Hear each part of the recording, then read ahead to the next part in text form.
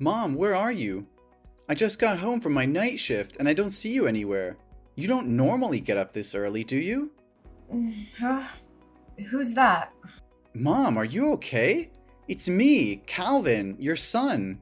Calvin? Oh, Calvin, my dearest baby. Why are you texting me now? Shouldn't you be going to school now? Mom, I finished high school a week ago. I only need to attend the graduation ceremony in the next few days, so there's no need to go to school anymore. Oh, I see. Why are you texting me now? Shouldn't you be going to school now?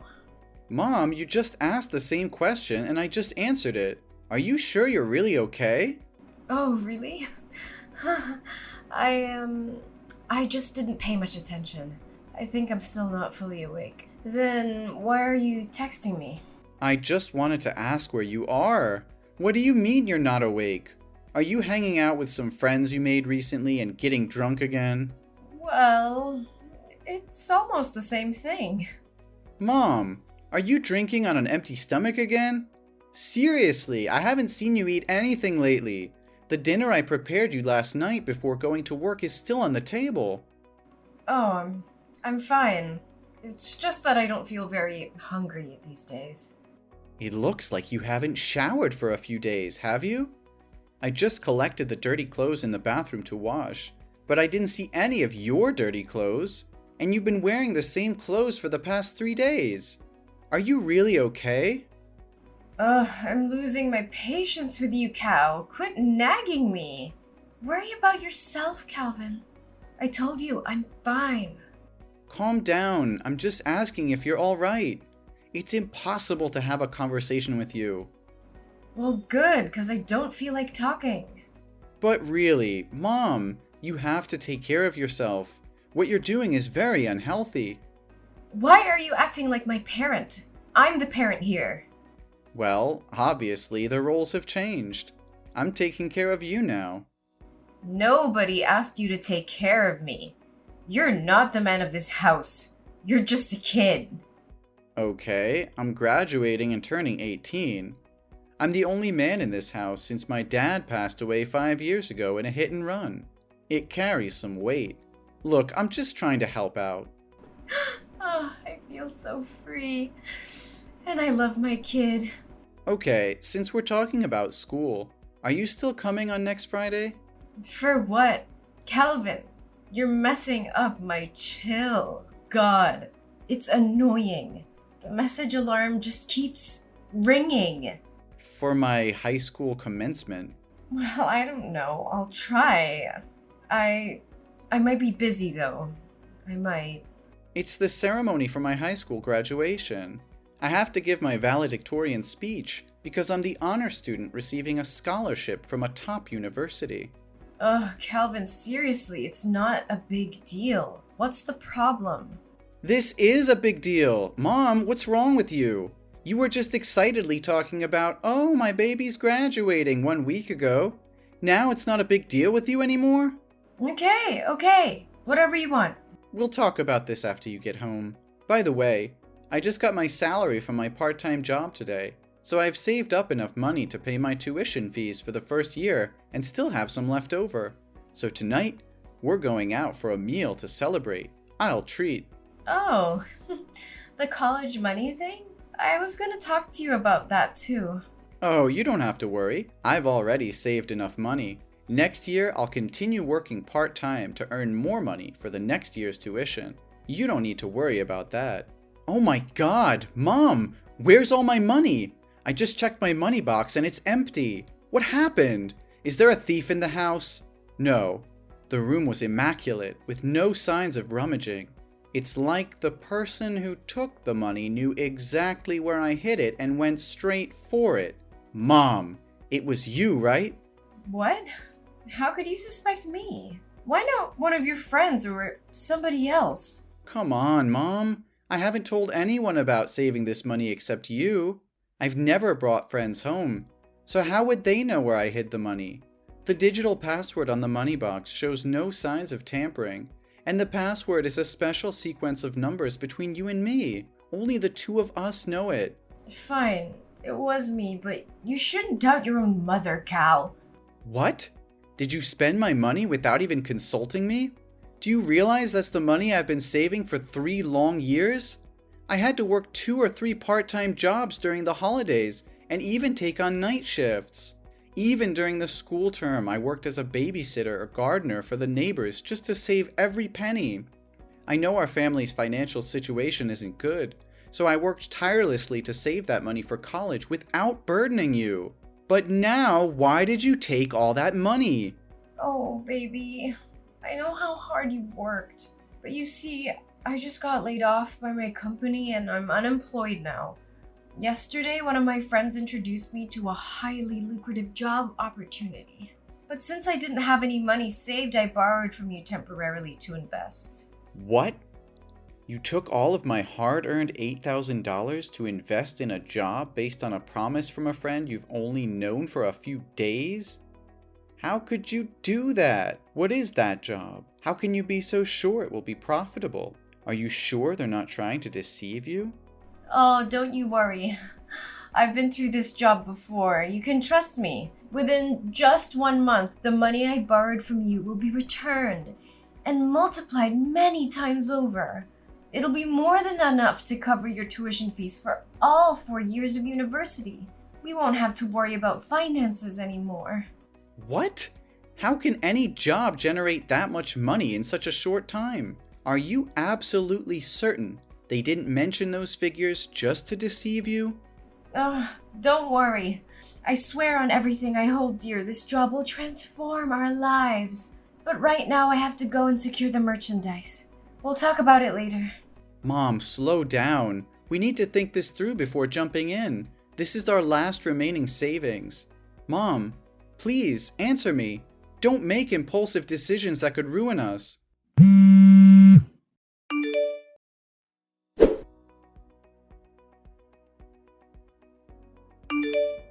Hey, Cal.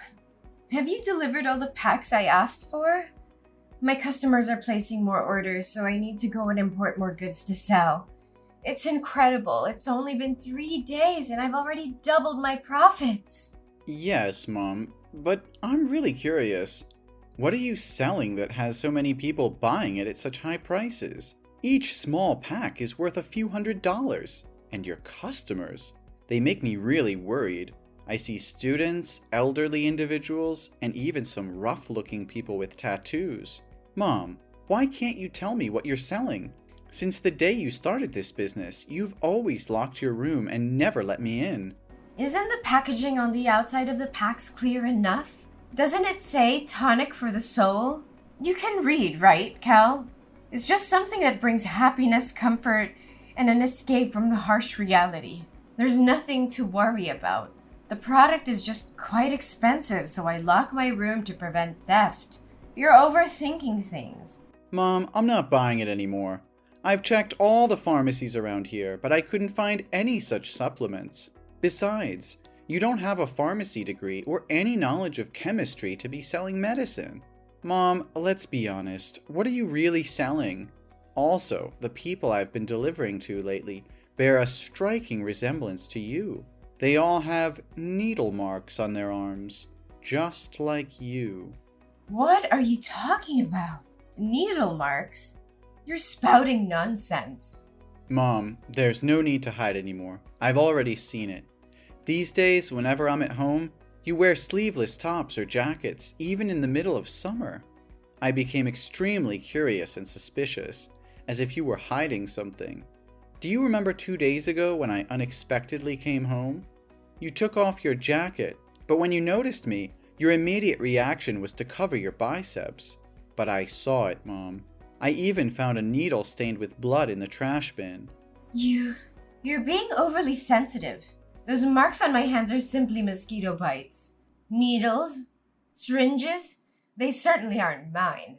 Some scoundrel must have thrown it in our garbage bag.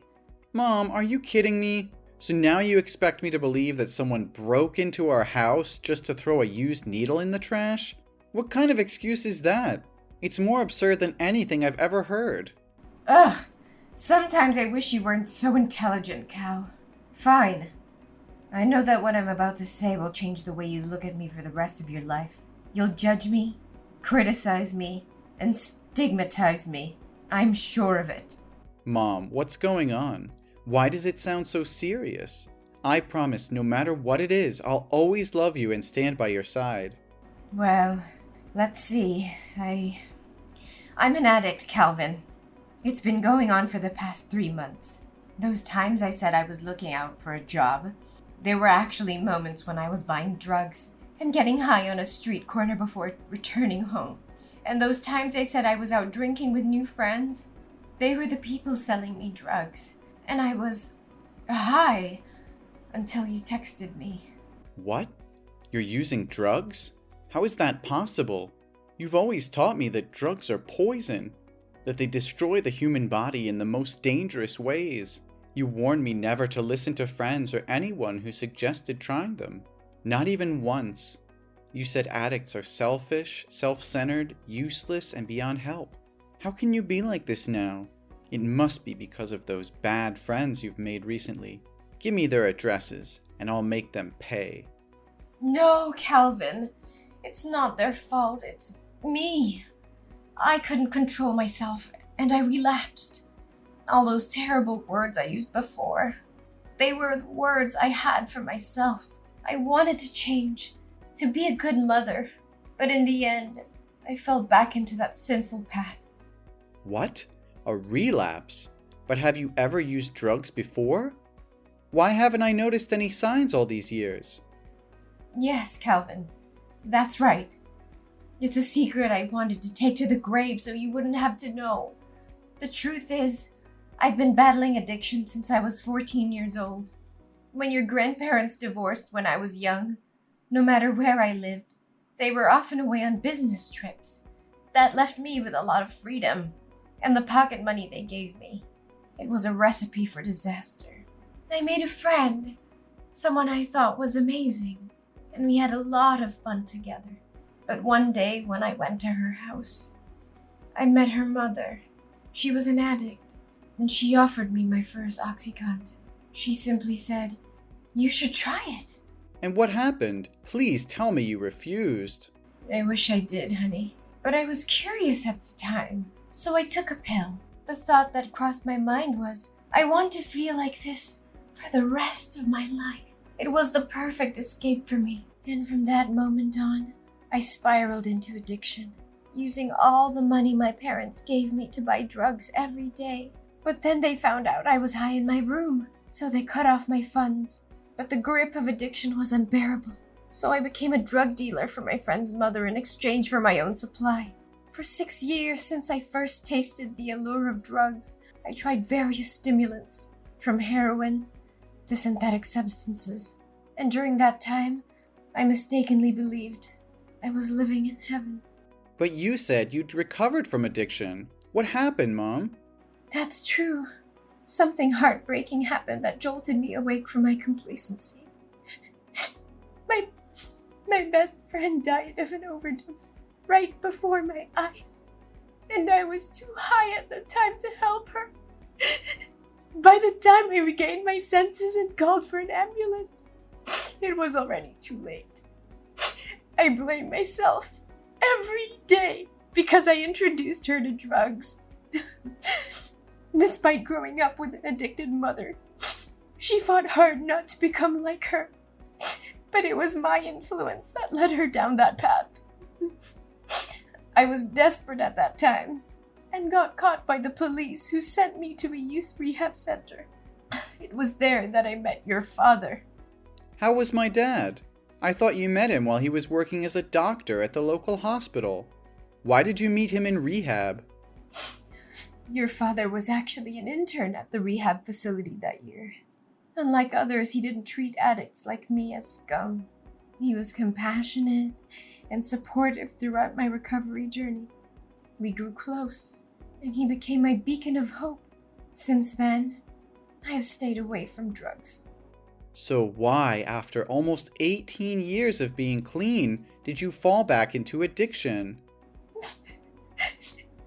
After your father passed away, I fell into a deep depression, feeling unloved and contemplating suicide. The thought of leaving you alone in this world held me back. The pressure of making money and the constant feeling of failure as I couldn't achieve financial success left me exhausted. Finally, being fired from my job was the last straw, and I completely fell apart. Why didn't you tell me all of this earlier? I foolishly believed that everything was fine. Don't blame yourself, honey. It's not your fault. It's my own incompetence. I was so consumed by grief that I went to a bar to drown my sorrows.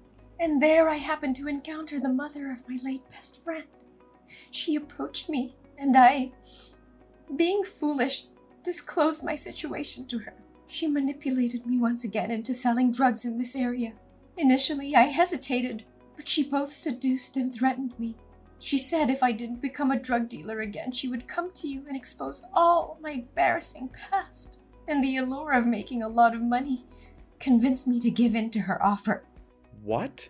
Please don't tell me. Inside those packs are drugs. Mom, that's illegal. I even helped you deliver them today. Not only will you end up breaking the law and going to jail, but I could also get caught, and it would ruin my future. Oh, don't worry, honey. They won't arrest you. You're still just a kid. And they didn't arrest me back in the day. You were just helping me with the deliveries today. If the police found out, just say you didn't know anything. Mom, I'm 18 years old. I'm an adult, and I'm old enough to face the consequences of my actions with the law. What? No way. I always thought of you as just a kid. What should I do? I've not only shattered my image as a good mother, but I've also jeopardized your future. I never wanted this for us, Calvin. I never wanted to be an addict, but I couldn't escape its clutches. I'm so sorry for failing you, for failing as a mother. I know it's unforgivable, but I did it out of desperation. The addiction consumed me and I lost sight of everything else. I thought I could handle it, that I could hide it from you and protect you from this darkness. But I failed, and now everything is falling apart. Mom, I can see the desperation in your eyes, but giving up is not an option. We can't let despair consume us. We have to fight for a better future, for your well-being, and for our relationship.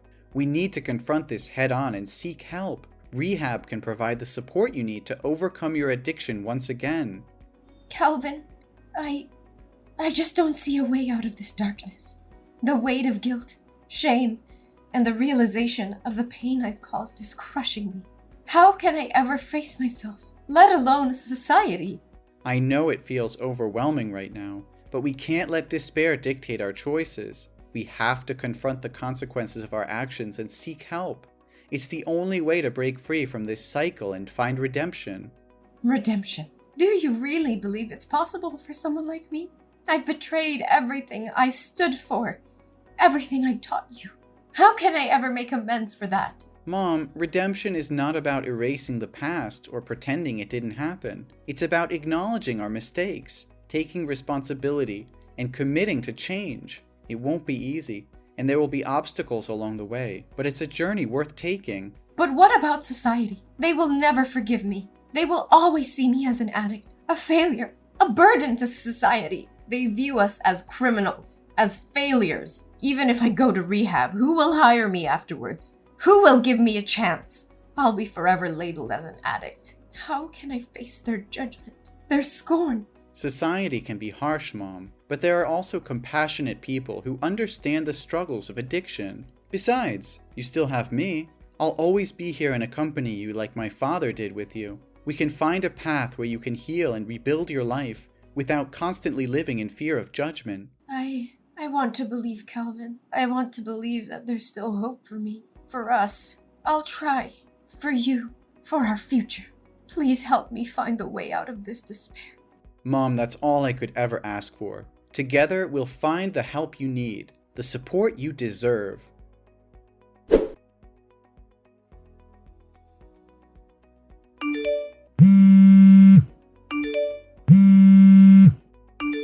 Mom, where are you? Mom? The hospital just called me and said you ran away. Where did you go? You just escaped death. Calvin, I'm sorry. I'm really sorry. I couldn't contain myself.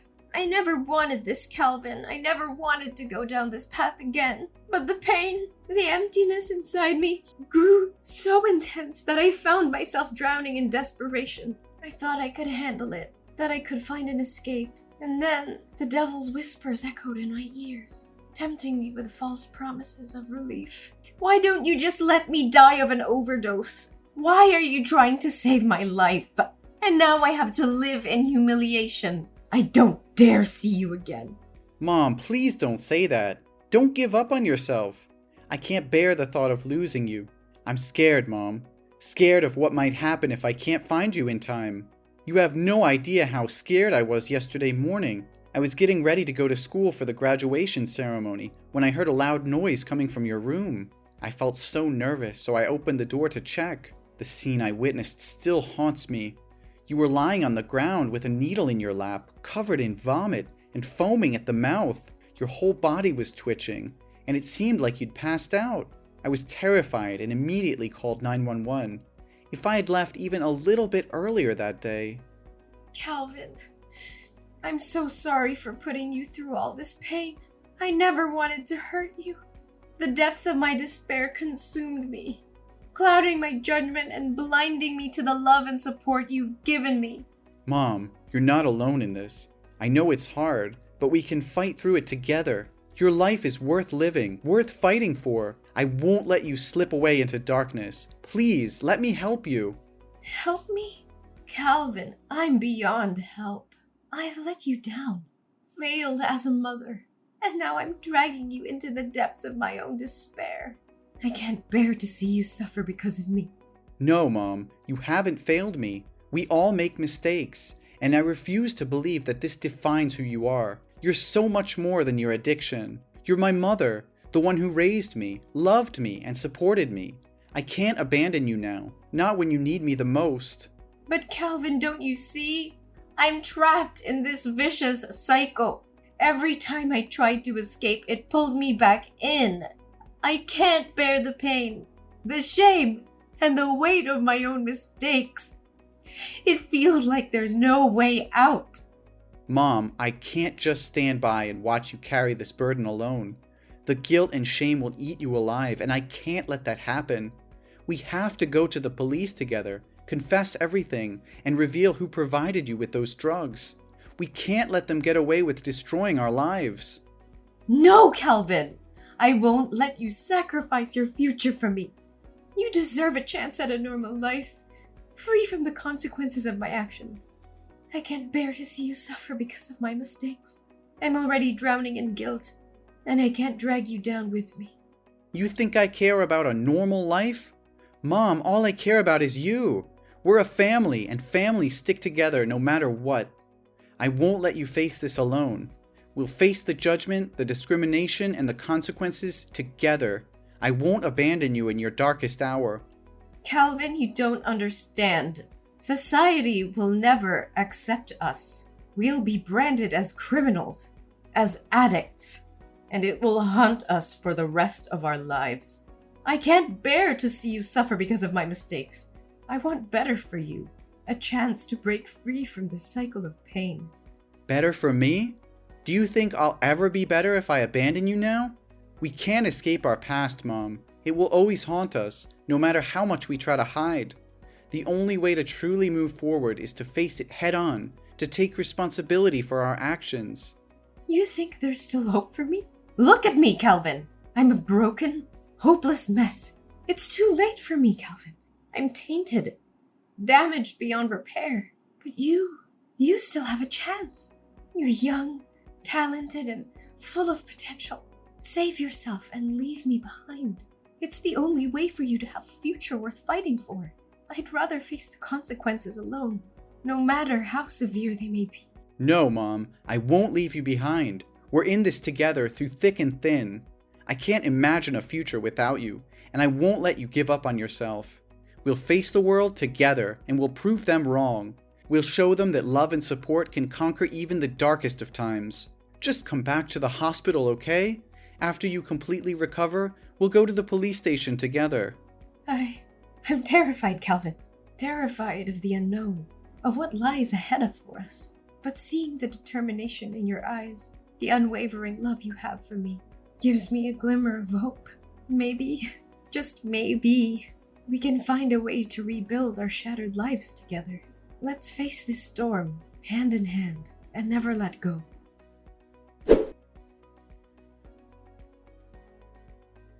After a long and arduous legal process, Mom was sentenced to 7 years in jail for her involvement in illegal drug trafficking. It was a heavy blow to both her and me, knowing they would be separated for such a long time. However, there was a glimmer of hope amidst the darkness. During the trial, Mom made a courageous decision. She decided to reveal the identity of the leader of the drug ring, providing crucial information to the authorities. Her willingness to cooperate and assist in dismantling the operation earned her a reduction in her sentence. Instead of serving the full 7 years, her sentence was reduced to 5 years. As for me, the court recognized my genuine remorse and the fact that I had been caught up in my mother's desperate struggle. Despite my involvement in transporting drugs, the judge saw potential for my rehabilitation and granted me a suspended sentence of 1 year, giving me a chance to turn my life around. The sentencing was bittersweet, as we knew we would be apart for a considerable period. But it was also a turning point, a chance for us to rebuild our lives and make amends. We held on to the hope of a brighter future, even in the face of adversity. While Mom served her time behind bars, I dedicated myself to self-improvement. I pursued education and counseling, determined to break free from the shadows of the past.